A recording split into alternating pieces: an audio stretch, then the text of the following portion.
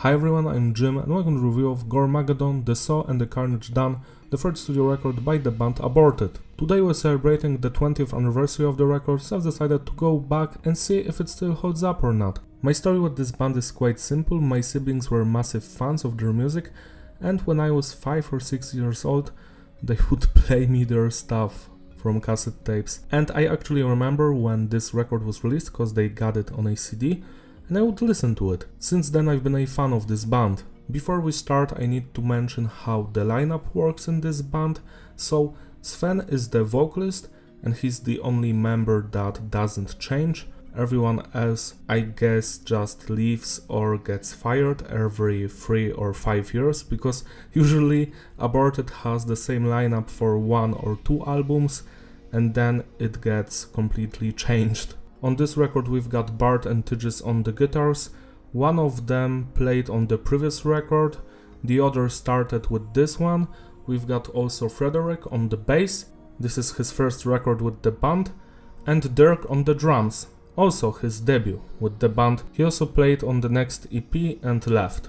But the rest of the guys left after the 2005 record, the archaic Aborted, or however you pronounce it.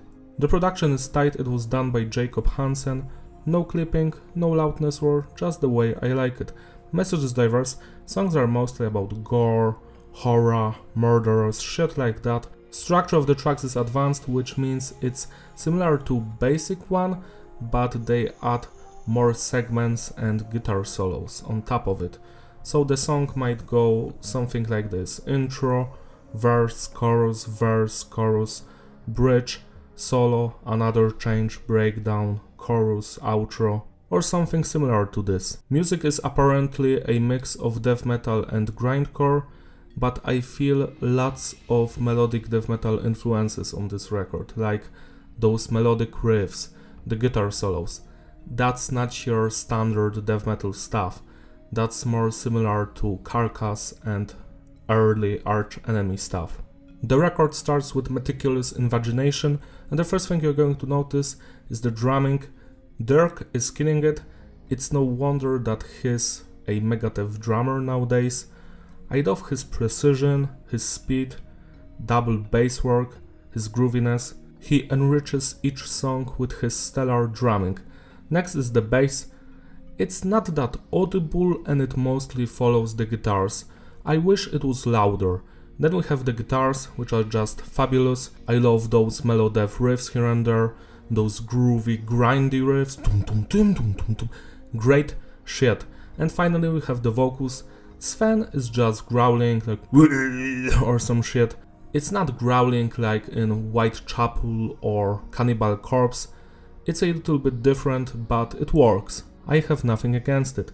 So this song, Meticulous Invagination, is a banger. I love it from beginning to the end. It's fast, it's heavy, it's straight to the point. I love the breakdown in the middle, you know, tum tum pum tum tum pum tum pum. But my favorite part is that tremolo melodic death metal riffage, and the guitar solo, which is just so beautiful and melodic. I will never forget it. The song is 10 out of 10. Parasitic flesh resection is slightly worse than the previous song. I still enjoy the grooviness of this track and that moment with dudum dudum dudum dudum dudum dudum. It's in the second part of the song. It's so good. This is a great track. 8 out of 10. The Saw and the Carnage Done. Now this one is a little bit better than the second track because I love the structure here, how much the song is changing. Again, we've got some amazing groovy heavy parts, some faster ones, and the guitar solo, which was very nice. 9 out of 10. Ornaments of Derision is my favorite song on this record. I love the grooviness of it, the melodies, that whole intro is so good, and the guitar solo, which is just fabulous. This track is a banger, it's memorable, it stays in your head, it has amazing riffage, great solos, great drumming, cool vocals. 10 out of 10. Sanguine Verses of Extirpation. Now this is one of the weaker tracks here, but I still enjoy the grooviness and that guitar solo. The guitar solo is my favorite part. 7 out of 10. Charted Carnal Effigy. Now this is my third favorite track on this record. I love the beginning to doom, doom. Great grooviness.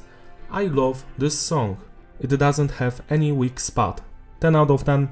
Clinical Colostomy is another highlight of this record. I love the groovy guitar riffs here, the breakdowns. It's a smashing track.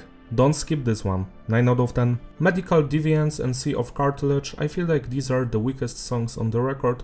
They are still fine and I enjoy listening to them, but they have nothing special to offer.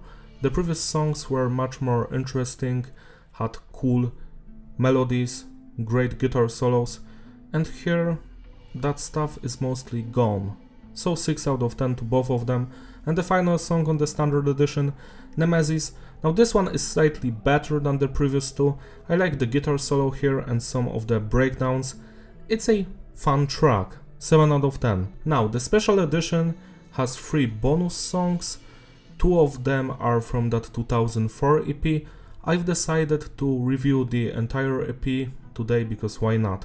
So let's start with the song that is not on the EP. Carnor Forge is a Carcass cover. It was recorded during sessions for this record and I love this cover. It's not as good as original, but it has that Carcass vibe to it. I love the guitar solos and melodies and the grooviness. Carcass is just a great fucking band, so it's nice to hear a cover of one of their songs. A fun fact for you, there's a band called Carnor Forge. They also chose their name because of this song and they are great, check them out.